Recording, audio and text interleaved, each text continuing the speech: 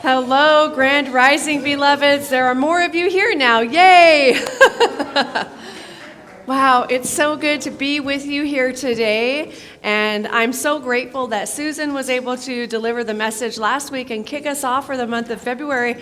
And she kicked us off pretty good, right? Woo! She was on fire. I love it. Thank you, Susan. How was she? All right, thank you. Thank you, Susan. Really awesome. And so here we are, the second week of February, and the theme for February is Divine Discontent. And I love that song that you all just did. That was a perfect song, you know? And the talk title for today is Where Comfort Ends, Transformation Begins.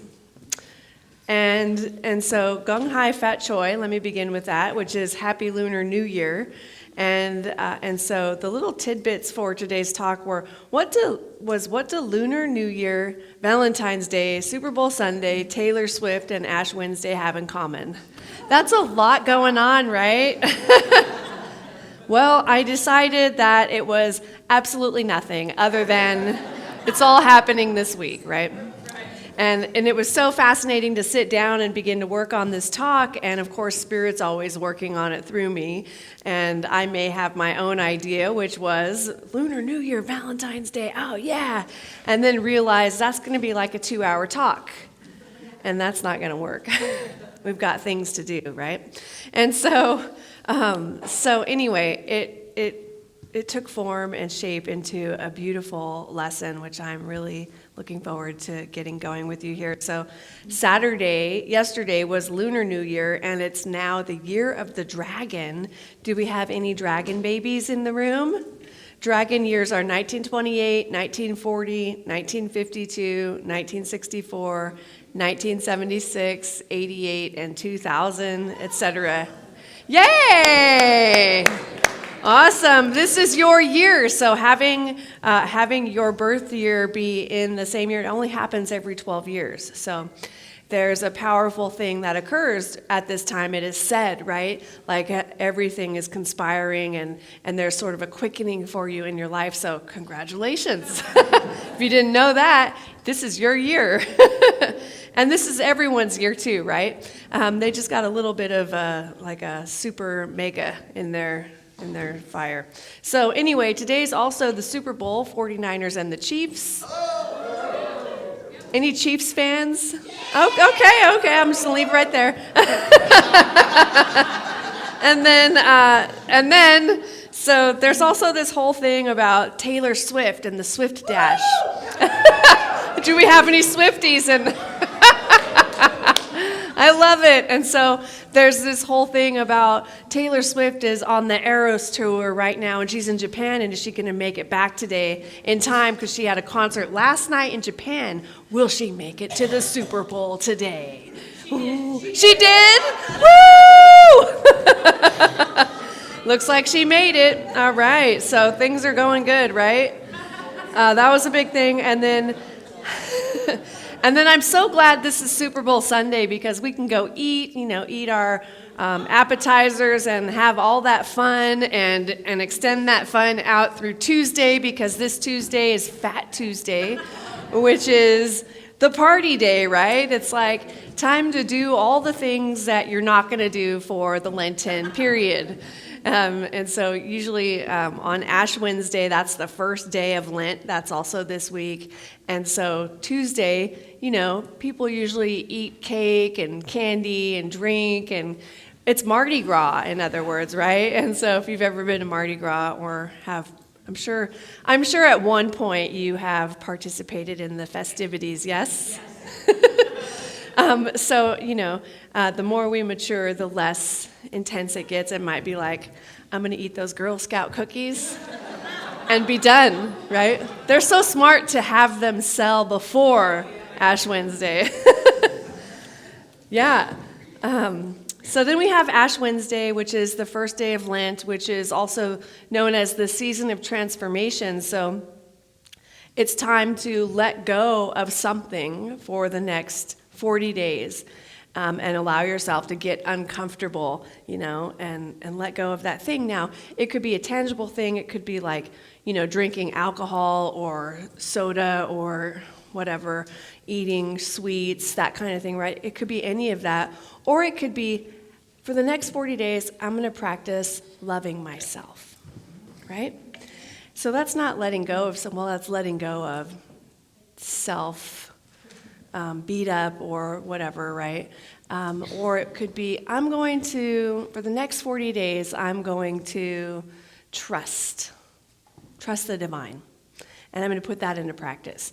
So the point is that you get to choose. There's so much that you can do with this, right? And that's the encouragement. But do you see how I could have taken each one of those and ran with like a whole thing, right? A whole sermon.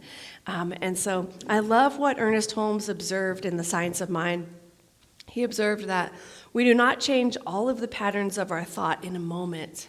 Rather, it takes place little by little until gradually the old thought patterns become transformed into new ones by inner alchemy of the mind, the operation of which we do not see, but the manifestation of which we experience.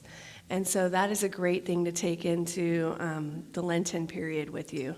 Now, so many wonderful opportunities for inspiration, but Spirit led me down a different route, and I'm so stoked about this because let's talk about love. Yeah. All right? Yeah, let's talk about love. So Meister Eckhart observed, the awakened heart is like a luminous sphere, just giving without thought to any who may come close or gaze at it.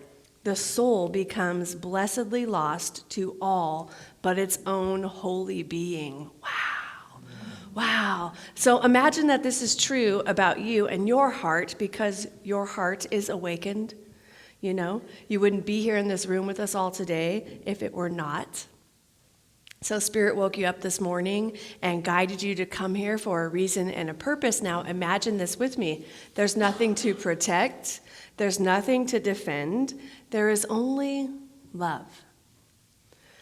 Only love. And my heart, your heart, is like a luminous sphere, radiating love out to all who come close, or radiating out to all who rest their gaze upon me. Anyone that looks at me, in other words. Anyone that looks at you feels this love. And the holy being within me is the divine, and I let myself be lost in it. Because the love that lives within me is God's love. It is the greatest love of all. When I feel love for another, it is God's love that I am feeling and projecting out to others. How sweet is that? How sweet is that? Are you feeling love right now? Yeah. Right? This love is God's love. And so that'd be a good song. I almost heard this land is your land, this land is my land, this land is God's love, this land is your... Anyway, whoa, a moment. I won't do that again. Whew. It was the great Hafiz who said, because the one I love lives inside of you, I lean as close to you as I can. And so this is an invitation now to look around at the people who are here with you this morning. Because the one I love lives inside of you, I lean as close to you as I can, right? And it's that recognition that the one I love lives inside of you, and it's the same love that lives inside of me, the same one, because I am you and you are me. I mean, I just had a John Lennon moment, too. You guys are doing this. Stop it, right? So I'm getting your energy just shooting up here. Speaking of love, I have to say I'm so grateful for the outpouring of love, cards, flowers, food, patience, space, and support that I've received from our soul support team and all of you over the past couple of months since my mom made her transition on December 10th. It started with our soul support team, and I mean, cards and flowers and food showed up. Like, food is so important, And we felt so loved and cared for, and it seemed like there was always something going on and everything was so busy. And to have like to not have to think about food and to know that there's people praying and loving us up, and that's enough. Like, that's really good, right? And that feeling was so wonderful. And it started with the soul support team. So I want to remind you all that you're in the right place, my friends. You are in the right place. You are so loved and cared for by this team. And it occurred to me that maybe you haven't needed it, but when you do, because you will, you can trust and know that we're here for you. Isn't that beautiful? We're here for you. And so, yeah, I'm feeling the love, and I'm so grateful. Now, I heard an acronym come through for trust, and it was this: turn it over. In other words, turn every aspect of my life over to the divine. And then realize everything is always working for my highest and best good. Understand that you don't need to know how it will work. Seek the divine in everything, because whoever has God lacks nothing. And thank God, because all is well and God is good all the time, 24/7, 365. So once again, that's the acronym for trust, which is turn it over, realize, understand, seek the divine, and thank God. And so that is definitely a good little tidbit to take into the week and the rest of the month. For me, that's how I'm doing it. And so it occurred to me that trust seems similar to faith, doesn't it? And so what is the distinction there for us? And so trust is actually a practical demonstration of faith. For example, faith recognizes that a chair is designed to support the person who sits on it, but trust actually demonstrates that faith by actually sitting in the chair, right? You with me? Okay, so this implies that one can have faith without trust, but no one can have trust without faith. Okay? So faith is a belief and trust is an action. Oh. Yes? Yeah. Trust is an action. Now, think of people who have to trust. Think of situations where you must trust. Astronauts, yes? So astronauts and other NASA employees have a sense of wonder, and they've made a commitment to do their work, and by their intelligence and skills, they develop systems that will work. And then at some point, they've got to rest on trust when they step out into space for a spacewalk, right? You've got to just trust at that point that everything is going to work. And that is huge, isn't it? So when you look at it from that perspective, yeah, they are trusting. Wow. And so I was remembering the story that I shared a few weeks ago about Roxy the Yorkie, for those of you that have been following. So Roxy was my mother's little doggie. She's about 6 or 7 pounds, right? Adorable. I love her. And now she's ours. And so my mom had very thin skin. She tended to bruise real easily. And so she had taught Roxy not to walk like on her, you know, and to be super gentle with her, like really, really gentle. And the way that she taught that to her was like if she walked on her or, you know, even put a paw on her shoulder or something, she'd be like, ah. And so Roxy, right, learned. Yes? Yeah. We learn, don't we? Yes, we learn. And so, in the past month or two, she's been walking up, like we'll be sitting in beds having our coffee, and Roxy will just come from her blanket and walk over and walk right up Travis and like sit right here and start licking his face, and then he's all lovey-dovey with her, and it's just the cutest thing, right? And then we're like, Roxy, come here. And she gives me the side eye, like... And she goes back to her blanket, and I go, what's going on with this, right? This is so funny.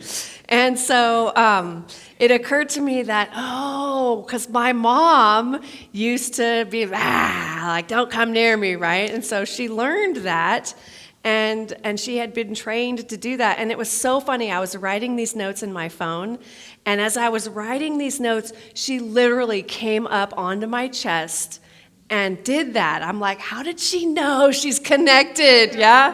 Whoa. She came right up to me. But anyway, she had been trained not to do that. Yes? She had been trained not to. So we have been in the process of retraining her and letting her know that it's okay. So Roxy has to have faith, a belief, and then take an action with trust, which is to actually start walking up, right? And so what a beautiful image, right? Because that's what we do, right? In relationship, there might be something we want to say, and there's that sense of taking the action, and it's vulnerable, isn't it? It's vulnerable. And so we get vulnerable, and we put ourselves out there and take the steps, relying on trust. And then what, right? And so it's a beautiful thing. Now, it can take time, It can take a little time. And so you just keep practicing. You keep practicing and keep having the new way of being that you want to experience for yourself in your life or in your relationships. Keep practicing, and then it becomes the way that it is. So looking at Roxy, she's doing it more and more, checking in, and then even she still does it real gentle and real slow, and it's all right, and she gives me this love, and I am giving her that positive reinforcement, So it's difficult to trust, if each time you're getting negative results, isn't it? So Roxy,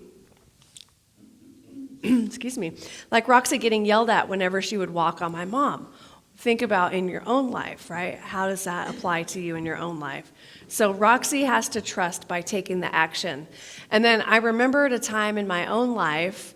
This is one of my favorite stories to share. It's the story of my life, a part of my life in the 80s. Who remembers the 80s?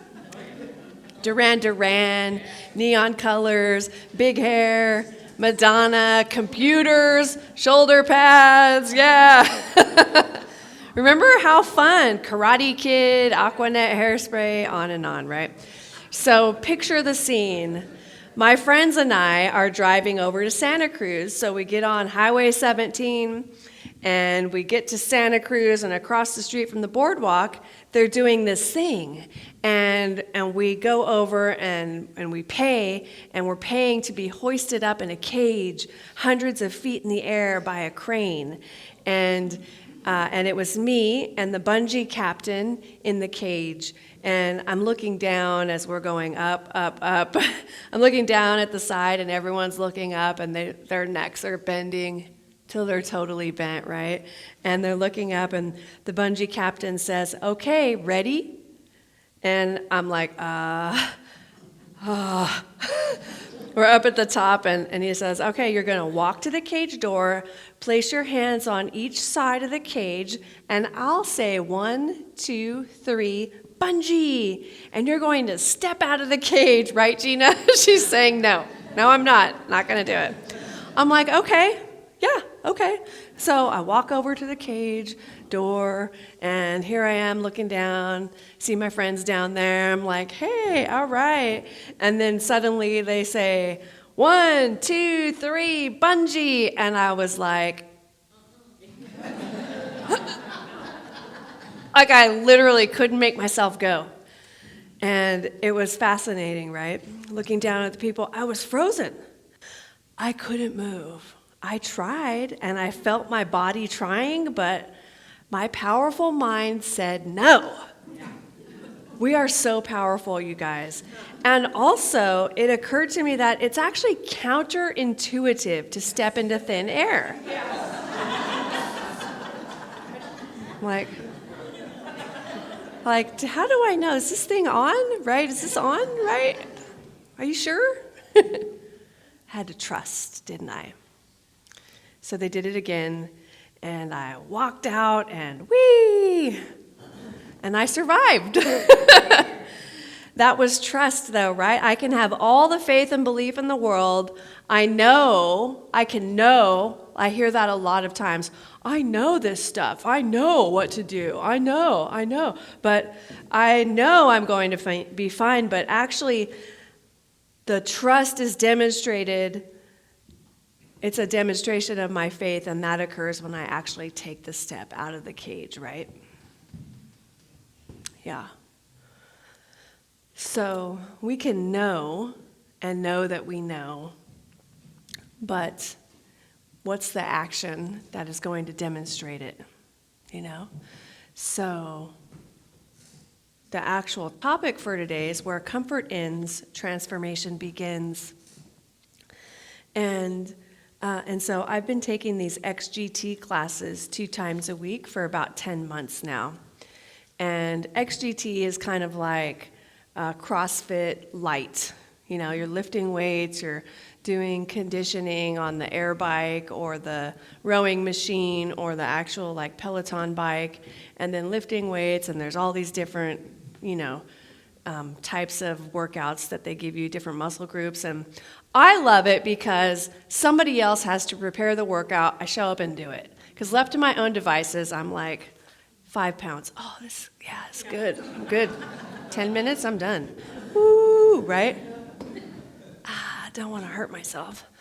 But with someone else doing the workout, I go for it and I can push myself and I really do, right? And so I've been doing these 2 classes, and last week I added 1 class because I felt the call to kick it up a notch, I'm in my comfort zone now. At first, the 2 classes were the next couple of days, I was exhausted, all of my muscles were sore, I couldn't go up the stairs, but I became comfortable in that, right? It was time to go to the next level. It's time to go to the next level. Do any of you have that area of your life where it's time to go to the next level? And what's stopping you? Take the action, trust. It's going to be awesome.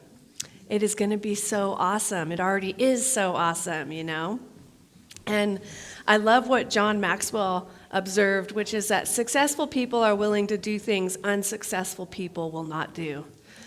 And I was thinking about how some have said to me, oh my gosh, how do you wake up so early to go to the gym? I couldn't do it. And there's a couple of things, right? So there's commitment. I'm committed to my vibrant health, and I'm also looking for results. I want to have results. I don't want to just go to the gym for a half an hour, left to my own devices, lifting 5-pound weights and not having any results. Have you ever had that experience? Some of us just sponsor our gym, right? We just send them money every month and keep it going. I'll see you when I see you. Yeah. I'm committed to my vibrant health, though. I'm looking for results. So I can have reasons or I can have results, but I can't have both. And this comes up to me often when it's cold, like the last couple of weeks. It's been cold and it's 5 a.m. And I now have a car, though, that I can go to the app and heat it up so it's nice and warm when I get to it. Isn't that awesome? I'm so grateful for that. But there are times, coming back to little Roxy the Yorkie, she likes to burrow herself into the blankets. And she'll do that in the morning, and then I'm like, yeah, I feel you, girl. I feel you. I want to do that too. It's too cold, right? It's too cold to go. It's only 5 minutes away. My car's warmed up. There's going to be 2 seconds of cold, right? And so I can have reasons or results. What else? What are some other reasons? It's too cold this morning to go. Nina's favorite one, which is, I'm tired. I'm tired. It's too hard. I don't like the music.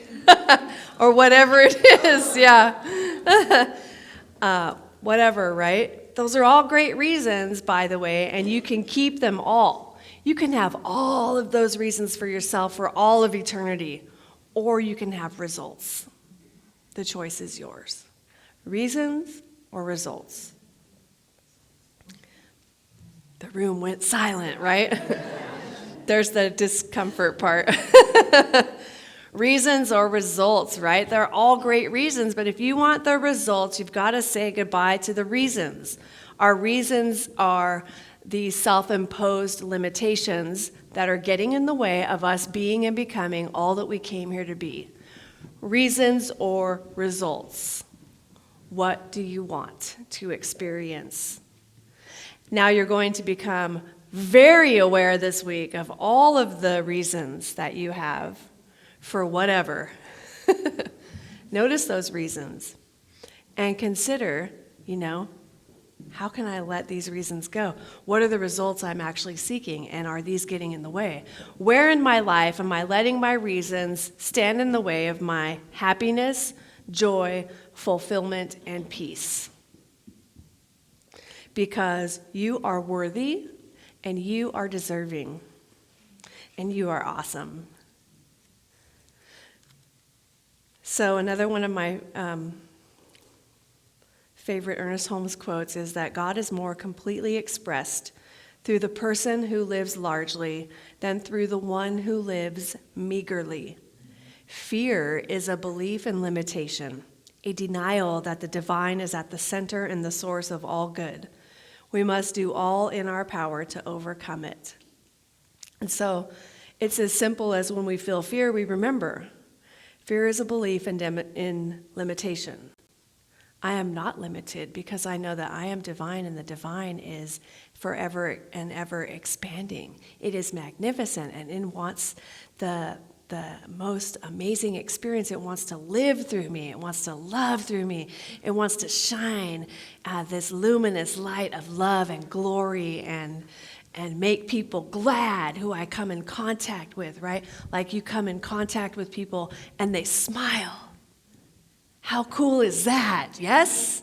Like you are electrifying the room. You are amping it up. You are elevating everywhere you go because it's starting right within you. Now, Thomas Troward said, belief in limitation is the one and only thing that causes limitation. What? Because we impress our limitation upon the creative principle. I can't because X, Y, Z. And the universe says, okay. And so it is. You cannot because X, Y, and Z. And in proportion, as we lay that belief aside, our boundaries will expand, and increasing life and more abundant blessings will be ours. I'll take that. I'll take that, please. All that and more, please. Increasing life and more abundant blessing will be ours by expanding our boundaries. And so the limitation, the lack, the belief that there's not enough, or the belief that I'm not enough, or the belief that you're not enough, or even the belief that they are not enough, because that's really you saying you aren't enough, right? Yeah. Ooh. God bumps. Oh, you are enough. Because saying that is saying that I am enough. You're enough. You are more than enough. Man, you are all that in a bag of chips. The cherry on top, right? Yes. All right, I'm going to invite Travis to come up, and I'm going to invite the musicians to go ahead and come up and get ready for the closing song. As I move into conclusion here, I actually have one more story to share, so you can get comfortable and and hear this story too. So once upon a time in the small town of Nutbush, Tennessee, there was a young girl named Anna Mae Bullock. And she was born, and little did the world know that this resilient soul would eventually conquer her fears, overcome violence, and rise to become a true icon of strength and inspiration. As a child, Anna Mae discovered her passion for music, pouring her heart and soul into every note that she sang. Determined to chase her dreams, she joined a local church choir and honed her vocal talents. It was during one of her performances that she caught the attention of a talented musician. This musician was so impressed by her raw talent and charismatic stage presence, and he saw potential in anime and offered her a chance to join his band. Well, she was so excited for this opportunity to pursue her musical career that she agreed to join this guy's band, and soon they formed a partnership on and off the stage. However, as time went on, their relationship took a dark turn. He became controlling, abusive, and violent towards Anime, subjecting her to physical and emotional torment. Now, despite the fear and pain she endured, Anime summoned the strength to face her fears head on. In 1976, she found the courage to escape from that abusive relationship, leaving everything behind, taking only her stage name with her, Tina Turner. Yeah! Tina faced obstacles and setbacks along her path to success. She encountered rejection and financial struggles, personal battles. I mean, can you relate, right? Can you relate? But she never let those challenges define her. Instead, she channeled her pain into her music, pouring her heart and soul into every performance. In the early 80s, her career began to soar to unprecedented heights. She had these electrifying performances of, like, What's Love Got to Do with It, Private Dancer, and Simply the Best. Wow. So her story isn't just one of overcoming personal hardships. It's a tale of resilience, triumph, and empowerment. It's a hero's journey. It's your story, too. It's your story, too. So let your inner Tina Turner out. Yeah. Yes. All right, so wrapping it up, in conclusion, trust, turn it over, realize, understand, seek the divine, and thank God. Trust. And trust, as a reminder, is a practical demonstration of faith. Faith recognizes that a chair is designed to support the person who sits on it, but trust demonstrates the faith by actually sitting on the chair. You all experienced trust when you came in here this morning and sat in your chairs. This implies that one can have faith without trust, but no one can have trust without faith. So I see you. I honor your faith today. Faith is a belief, and trust is an action. And so lastly, reasons or results. Where in your life are you letting your reasons stand in the way of your happiness, joy, fulfillment, and peace? Remember, you are worthy, you are deserving, but you have to let go of your reasons. You have to let those go. They are limiting your experience and keeping you from being all that you came here to be. It's time. It's time to unlock your full potential and experience profound personal and spiritual growth. Are you ready? Yes. What? Yes. Okay, whoa, all right, great. That's what I'm talking about. So you're going to step out of your comfort zone and embrace your transformation, and we're going to do something with our bodies right now to really anchor that. So everybody stand up, please.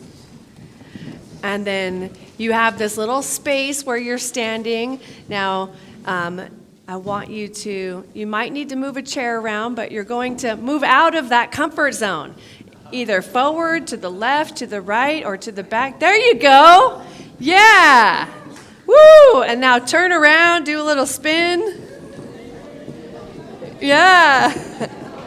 And then you can be seated once again. Sit in a different chair if you want. It doesn't matter. Yeah, there you go. You are transformed, my loves. Yeah. All right. So you can choose courage or you can choose comfort. You can't have both. Each time you try something for the first time, you will grow. A little piece of the fear of the unknown is removed every time we try something new, and it is replaced with a sense of empowerment. Let's pray. Let's take a deep breath together.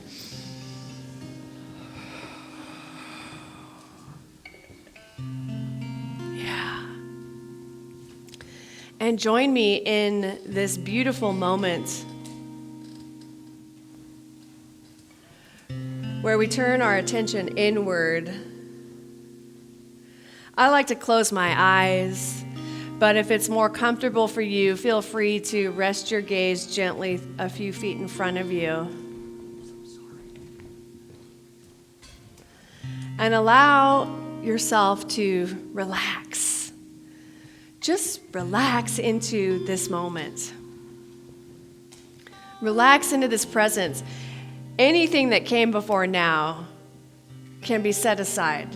You can pick it up when you're on your way out. And know in this moment that we are each cared for and prepared for and loved and honored and praised and blessed by the divine. We are favored by Spirit.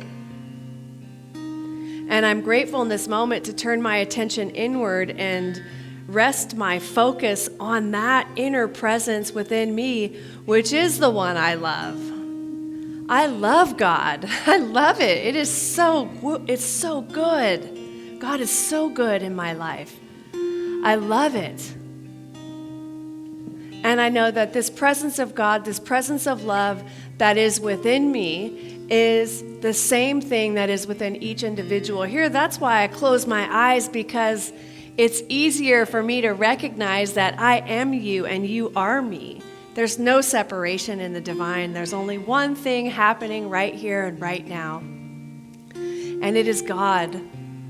And so as we stand in the light of love, we can let go of anything that no longer serves who and what we are up to in this life. I know that we remember our divine connection in every moment. And as we remember this truth, we are identifying with it. As in, like, when you look at your hand and you refer to it as my hand, or my shoe, it's my shoe. We're identifying with the presence because it is the God that is within us. The divine, it's this energy of magnificence that is constantly spiraling, and there's a vortex of beautiful love, energy, and light, and it is so good, and it is even better, and it continues to spiral and lift me up. It is lighting up every single cell in my body and raising the vibe in my being, in my consciousness. I'm elevated. And as I am elevated, everyone in my orbit is also elevated.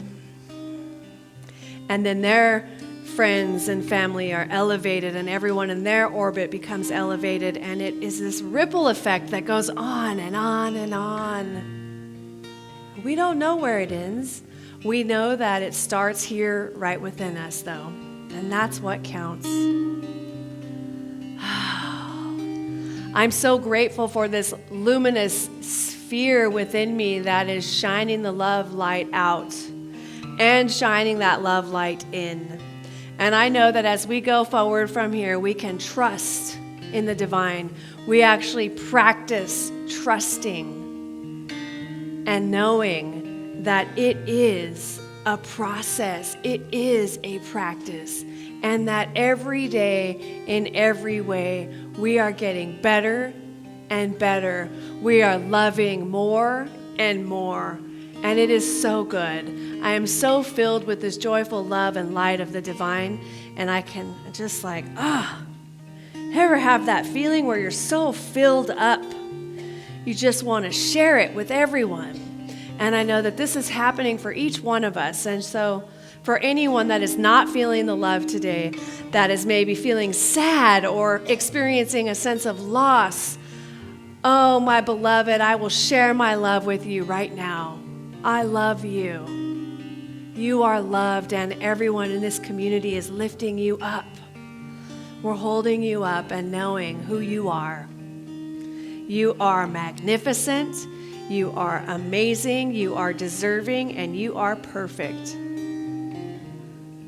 Just like me. Thank you, Spirit. I'm so grateful to know that this prayer is complete, and to know that we're not afraid of transformation. We're not afraid of discomfort.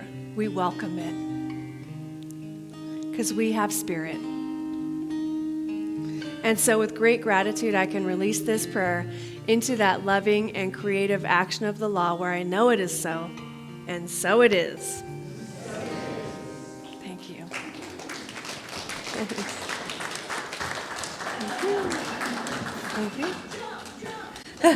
you.